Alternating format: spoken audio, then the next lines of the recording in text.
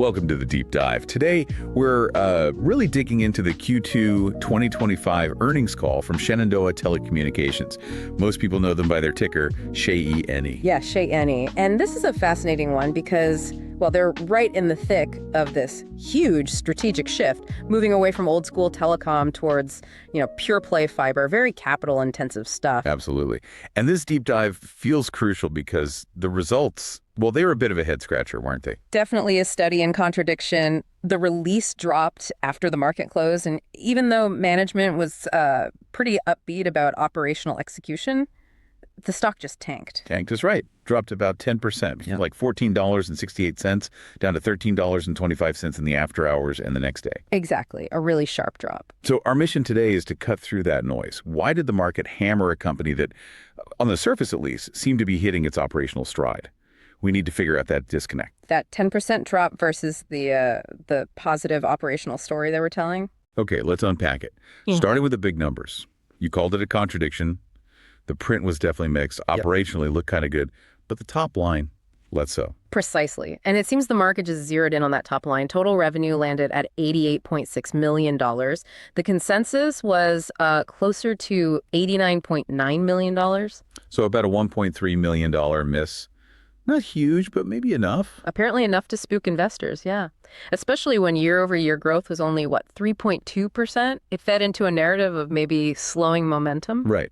But then you look at the profitability metrics, operationally speaking, completely different picture. Totally different. GAAP EPS, well, it was still a loss, negative 19 cents, but that actually beat the street's expectation of negative 20 cents. Okay, a slight beat on the bottom line loss. Yeah. But the adjusted EBITDA, that was the real standout, wasn't it? Oh, absolutely the highlight. Came in at $28.4 million. That's a huge jump. Nearly 22% up year over year. And the margin expansion that comes with that. Incredible. The adjusted EBITDA margin went from 27% last year up to 32% this quarter. That's a 5-point jump. So there's the divergence right there.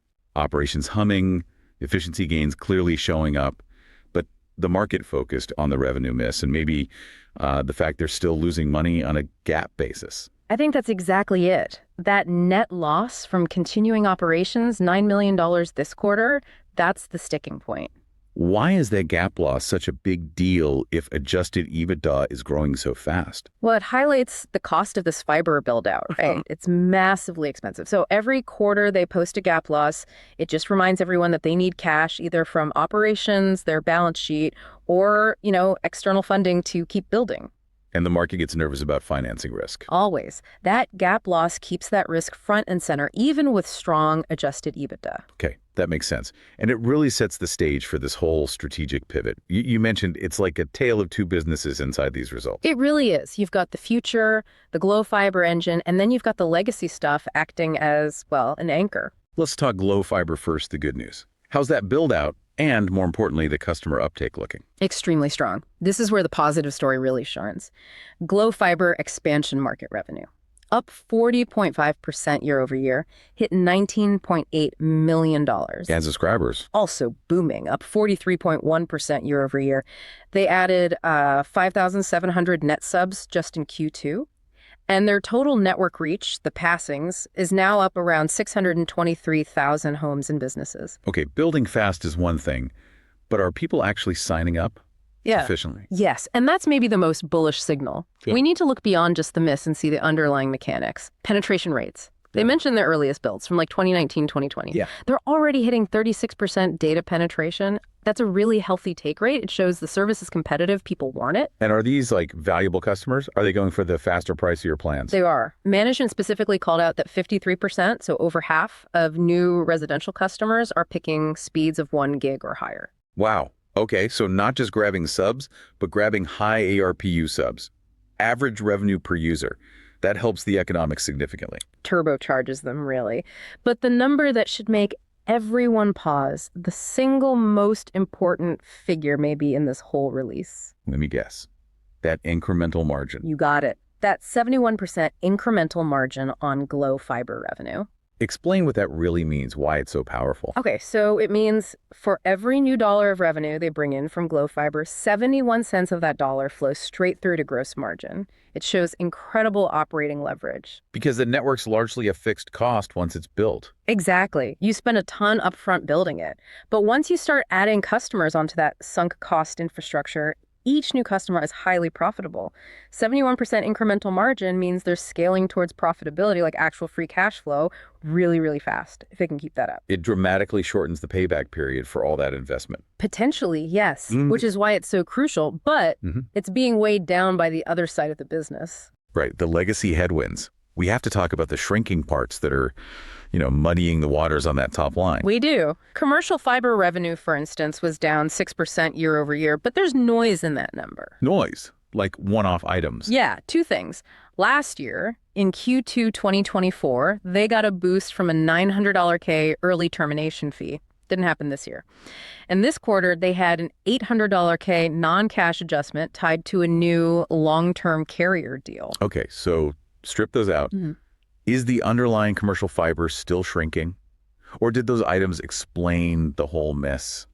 They explain a lot of the variance, the reason it looked worse year over year. But yeah, the underlying business, particularly in their traditional areas, still faces pressure. Same with the incumbent broadband segment, the old cable side. Down 3.2% year over year. Is that mostly cord cutting? Pretty much. It's the industry trend, right? Video customers, or RGUs as they call them, dropped 14.5%. People are just moving to streaming. They're trying to manage it with pricing, but it's a structural decline. It's an anchor. Okay, so that explains some of the revenue pressure. On the cost side, though, they did hit their synergy targets from that Horizon acquisition. They did. Fully realized $13.8 million in annual run rate savings. That's a definite operational win. And it helps that their balance sheet looks pretty solid. How solid? About $267 million in liquidity. That's cash, their credit line, grant money they're due to receive. Plenty of dry powder. And they're using it. Seems like it. They mentioned using $5 million for a small fiber acquisition in Virginia right after the quarter ended, a tuck-in deal to boost density. Okay, let's pivot then to management and strategy. Because beyond the numbers, there were two pretty big announcements. A CEO change and finally some actual guidance. Yeah, the leadership transition first. CEO Chris French is moving upstairs to executive chair. Ed McKay, who was COO, gets promoted to president and CEO. That's effective September 1st. Timing's interesting, isn't it? Announcing a CEO transition right after a stock drop following mixed results. Doesn't that sometimes look like, well, covering? That's the cynical take, for sure. And the market can be cynical. Management really tried to frame it as planned, thoughtful succession, leveraging McKay's operational track record, since he drove a lot of the fiber success as COO. So it depends if you believe the spin, basically. Confidence signal or damage control. Pretty much. It adds another layer of interpretation for investors right now. But the other big thing was the guidance. Right. They finally issued full-year guidance for FY25. That should help stabilize things, shouldn't it? More transparency. You'd think so. It's a good step for a company in transition. They guided revenue for the year to $357 million and adjusted EBITDA to $118 million. What does that imply for growth compared to last year? The midpoints suggest roughly 8% revenue growth year over year and a really strong 22% adjusted EBITDA growth. So the guidance itself backs up their story. The transition is working, growth is accelerating where it matters. But I also noticed CapEx guidance ticked up a bit. $260 to $290 million net of grants. That's quite a bit of spending. It is an acceleration. And again, how you interpret it depends on your focus. Management says it's positive that construction teams are executing so well, they pulled forward some government grant projects and upgrades from 2026 into 2025. Okay, faster build, leading to faster subscriber and revenue growth maybe in 2026. That's the argument. That's the argument. But wait, doesn't spending more cash now, accelerating CapEx, push out the date they actually start generating free cash flow? Isn't that exactly what might make nervous investors already eyeing that GAAP loss even more jittery? That is precisely the tension. It's a classic growth company tightrope walk. Operationally, building faster is great. Financially, it means burning more cash in the short term. And right now, the market seems to prefer prudence over acceleration, maybe. It definitely seems that way, judging by the stock reaction. It highlights the risk for investors focused on near-term profitability or, worried about the cash burn. So connecting this all back, management is painting this picture of reaching a tipping point by 2026. Where Glow Fiber and commercial fiber revenues overtake the legacy business. They want to be valued on that future. Right. They're asking for patience and belief in the execution. But the market's reaction, well, it was pretty harsh. Especially when you look at the broader telecom sector, like the XLC ETF. They've been pretty strong lately. Shenandoah dropping 10%, now down over 13% for the year.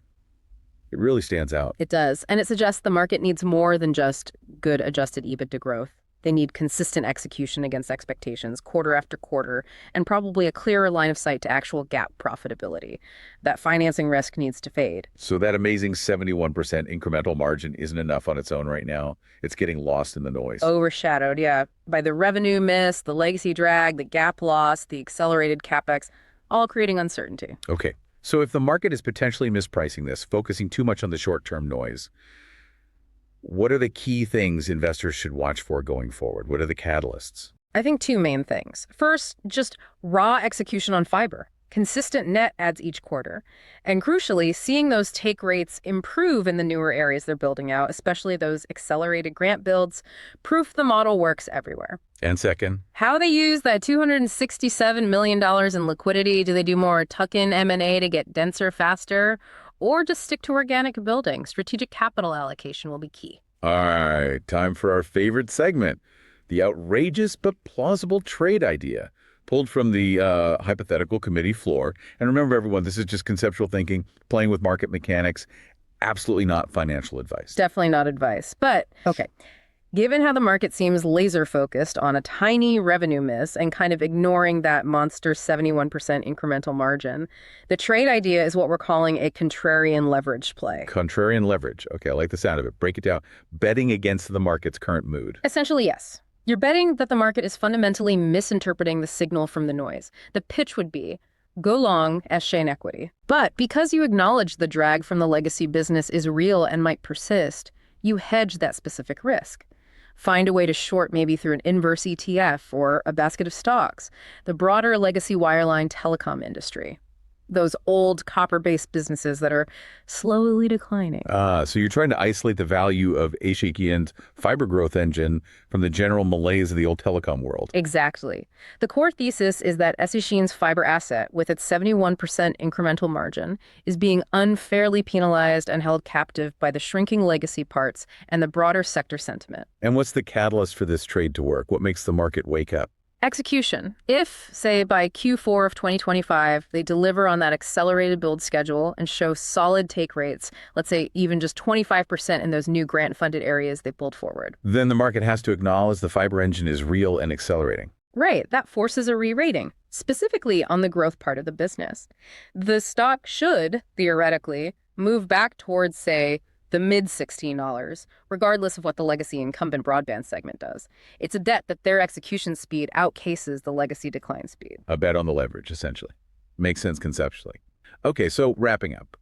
We covered the definitely mixed Q2 print for Shenandoah, a revenue miss that spooked the market, but offset by really strong adjusted EBITDA growth and that eye-watering margin expansion driven by Glo Fiber. Yeah, that 71% incremental margin is the key operational fact, I think. The underlying story is still one of pretty successful execution on the fiber strategy, hitting synergy targets, and having a solid balance sheet to fund the build. But the market's clearly punishing them for the ongoing GAAP losses, the legacy drag, and maybe the uncertainty around accelerating CapEx burn. Right. So the core question for you, the listener, really boils down to timing and conviction. How long will the market penalize this growth story for those factors before that incredible 71% incremental fiber margin becomes the dominant narrative? When does the market start pricing Shen like the fiber growth company it's becoming, rather than the legacy telecom company it used to be? That's the multi-million-dollar question. Indeed. Well, thank you for joining us for this deep dive into the Shenandoah Q2 earnings. We hope this breakdown helps you navigate your own investment decisions. Absolutely. Wish you success in your investing journey.